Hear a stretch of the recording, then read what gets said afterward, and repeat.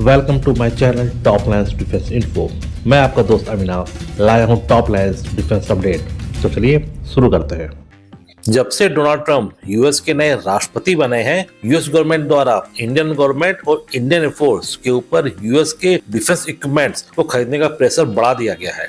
हालांकि ये बात तो ऑलमोस्ट सभी लोगों को मालूम ही थी कि ट्रंप अपने पहले के राष्ट्रपति जो बाइडेन की अपेक्षा ज्यादा एग्रेसिव हैं और इसीलिए उन्होंने इंडियन आर्म फोर्सेस पर दबाव बनाना शुरू कर दिया है। और इसकी सबसे बड़ी वजह है इंडियन एयरफोर्स का एमआरएफ टेंडर।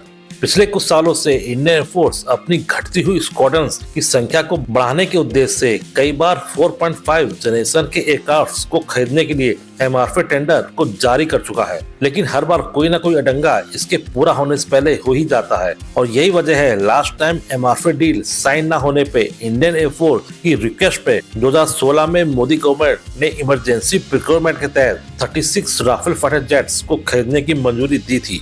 हालांकि इस एक्विजिशन से इंडियन एयरफोर्स की कैपेबिलिटी में खास फर्क नहीं पड़ा, क्योंकि जितने राफेल्स इंडक्ट किए गए उससे ज्यादा या तो इंडियन एयरफोर्स से रिटायर कर दिए गए या फिर बाहर होने वाले हैं।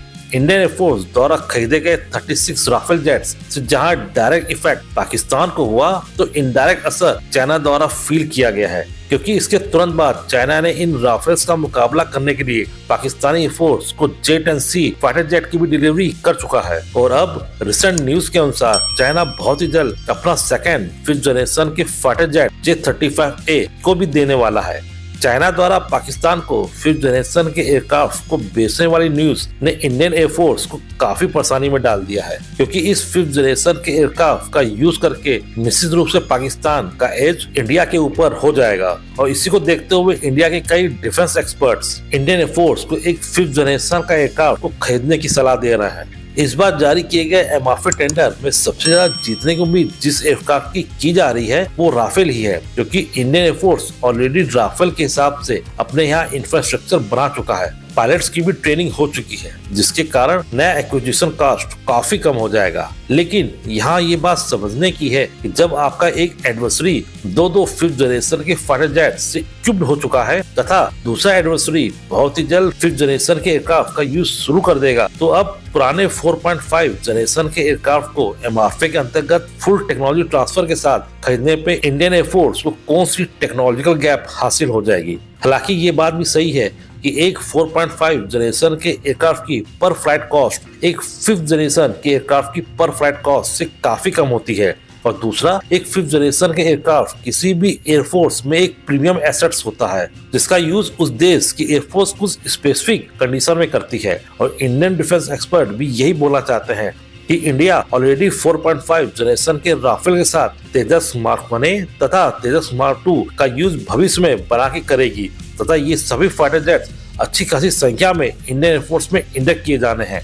और यही वजह है कि इंडियन डिफेंस एक्सपर्ट अब एमआरएफ में केवल 5th जनरेशन के फाइटर जेट को ही खरीदने की लगातार इंडिकेशन दे रहे हैं। इंडियन एयरफोर्स को भी पता है, उनको भी इस समय 5th जनरेशन के फाइटर जेट की जरूरत है, और यही बात अमेरिका और रसिया भी समझ रहे हैं। और इसीलिए शुरू होने वाले एरो इंडिया शो में जहां रसिया अपना 5th जनरेशन का एयरक्राफ्ट Su-57 को भेज रहा है, तो वहीं अमेरिका भी अपना सिंगल इंजन वाला F-35 को स्टैटिक डिस्प्ले के लिए मंजूरी दे सकता है।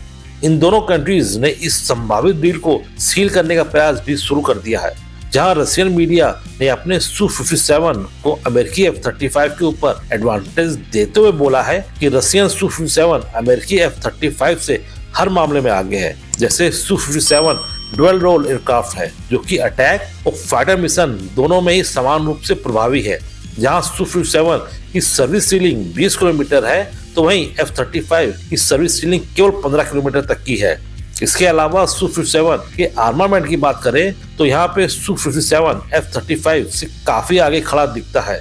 Su-57 R-37M लॉन्ग रेंज की मिसाइल का यूज करता है, जिसकी रेंज F-35 द्वारा होल्ड की जाने वाली किसी भी मिसाइल से लगभग दुगनी है। इसके अलावा भी Su-57 hypersonic missile Kinjal carry कर सकता है, जो किसी भी एयर डिफेंस सिस्टम को आसानी से चकमा देके अपने टारगेट को किल कर सकती है।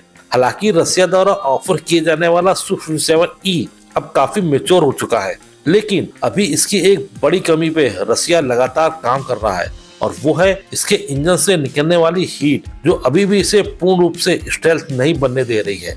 तो वहीं अमेरिका का F-35 इस वक्त का सबसे एडवांस 5th जनरेशन का फाइटर जेट है, लेकिन अमेरिका ने इसको इंडिया को बेचने के लिए जो कंडीशन रखी है वो काफी कठिन है। जैसे अमेरिका इंडिया के सभी एयर बेसेस का निरीक्षण करेगा जहां पे F-35 को रखा जा सकता है, जो कि ऑब्वियसली इंडियन एयरफोर्स कतई नहीं चाहेगी। इसके अलावा 110 F-35 के लोकल मैन्युफैक्चरिंग इंडिया में करने के लिए अमेरिका ऑलरेडी मना कर चुका है। अब नेक्स्ट एरो इंडिया शो तथा अगले कुछ हफ्तों में मालूम चल जाएगा कि इंडियन एयरफोर्स इन दोनों में से किस जेट को खरीदने जा रही है। इसी तरह की डिफेंस न्यूज और फैक्ट्स की रेगुलर अपडेट पाने के लिए मेरे चैनल को लाइक और सब्सक्राइब जरूर कीजिए और हाँ, बेल आइकन दबाना मत भूलिएगा। जय हिंद।